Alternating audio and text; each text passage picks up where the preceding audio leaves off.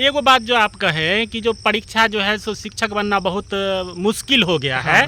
तो जो हम लोगों को लग रहा है मुश्किल का है कि हम लोग का मैथ सब्जेक्ट है 95 कट ऑफ जाता है तो रह जाते हैं 5 नंबर 10 नंबर 15 नंबर से रह जाते हैं। लेकिन दूसरी तरफ जो विद्यार्थी सीटेटो पास नहीं है और सिर्फ स्टेट पास है 39 नंबर पर लेकर के केमिस्ट्री और फिजिक्स जैसे सब्जेक्ट में टीचर बन जाते हैं तो उसके लिए तो बहुत आसान हुआ। सही बात है। हम बुकबा ऐसे हम लोग देखे थे बीएड में अरे जो ऐसे लोग जिसको बोलने का ढंग नहीं था, 2 लाइन बोल नहीं सकते, ऐसे लोग शिक्षक बन गए हैं ना। तो उसके लिए तो आसान हुआ ना जी। वही बात है ना, समाज कहीं ना कहीं मास देखता है कि कितना मात्रा में यहाँ पे बहाली हुआ है, देख रहा है कि कैसा स्टूडेंट सबका कैसा लोगों सबका बहाली हो गया है। और अच्छा जो ठीक ठाक विद्यार्थी सब था किसी सब्जेक्ट में, हम नहीं बोलेंगे कि हम ही लोग बहुत अच्छा है, बहुत ही नहीं बोल रहे हैं हम लोग बहुत अच्छा है, हम ही बोल रहे हैं कि कुछ सब्जेक्ट में बहुत ज्यादा धांधली हुआ जिसके कारण इतना ज्यादा कट ऑफ चला गया। काहे कि देखिए क्या होता है कि जो 11th-12th वाला जो बहाली होता है उसमें कहीं ना कहीं पीजी का डिग्री मांगता है, तो बहुत सारा अभ्यर्थी के पास पीजी का डिग्री नहीं रहता है, तो इसीलिए कहीं ना कहीं उसमें कट ऑफ कम जाता है। इस चक्कर में क्या होता है कि जो विद्यार्थी सब कमो नंबर लाया है, जैसे आप बात किए केमिस्ट्री का, मेरा अपने एगो दूगो दोस्त है जो केमिस्ट्री से किया हुआ था पीजी, समझे, उनका कहीं ना कहीं उनसे जो अगर हम लोग कुछ रिएक्शन के बारे में हम लोग जब डिस्कस करते थे, काहे कि हम भी केमिस्ट्री ऑनर्स किए हुए हैं, तो उस टॉपिक पे जब डिस्कस करते थे तो उनका कहीं ना कहीं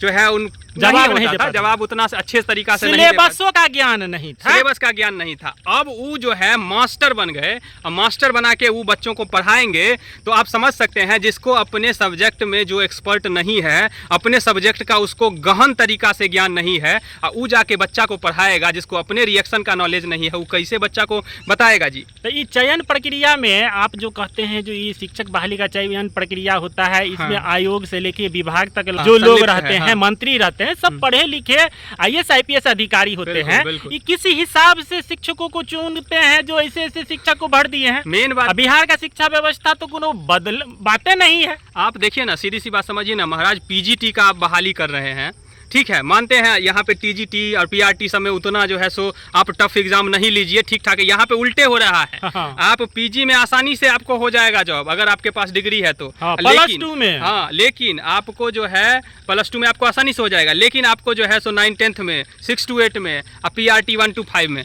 इस समय होना बड़ा मुश्किल हो गया है नौकरी। काहे कि उल्टा चल रहा है। आप देखिए ना, कोई भी एग्जाम लीजिएगा तो PGT का कहीं ना कहीं एक थोड़ा सा आप जो है सो उसमें इंटरव्यू दीजिए, 2-4 एग्जाम दीजिए, काहे कि एगो तो ठीक है वो सीटेट पास करके आता है, उसमें तो स्टेट पास करके आता है, उसके बाद जो है सो PGT का लेवल का है ना महाराज, तो उसमें कहीं ना कहीं आप जो बच्चा को पढ़ाएंगे वो मैच्योर बच्चा होगा। सही बात है, क्या बोलते हैं, तो वो कहीं ना कहीं इस हिसाब से आप उसका एग्जाम लीजिए। लेकिन आप क्या करते हैं, यहाँ पे सबसे आसान जो है ना PGT का एग्जाम निकालना हो गया है। तो थोड़ा सा सिस्टम को अच्छे से समझिए, बारीकी से समझिए, गहन तरीका से उस पर अध्ययन कीजिए, और तब जाके जो है आप जो है सो रिजल्ट और इस हिसाब से एग्जामिनेशन लीजिए। ये जो है सो पूरी दिख रहा है कि कहीं ना कहीं जो है सो बहाली का प्रक्रिया है वो तरीका सही नहीं लगता है। इस तरह का बहाली तो पूरे देश में आज तक नहीं हुआ था। और जो बहाली लिए हैं ताव ठोकते हैं, जो अधिकारी आयोग के अधिकारी ताव ठोकते थे, इतना बड़का बहाली, इतना बड़का पेपर हम ले लिए, और जो उप मुख्यमंत्री होके कहते हैं हम इतना बड़का बहाली 17 महीने 17 साल, और उसमें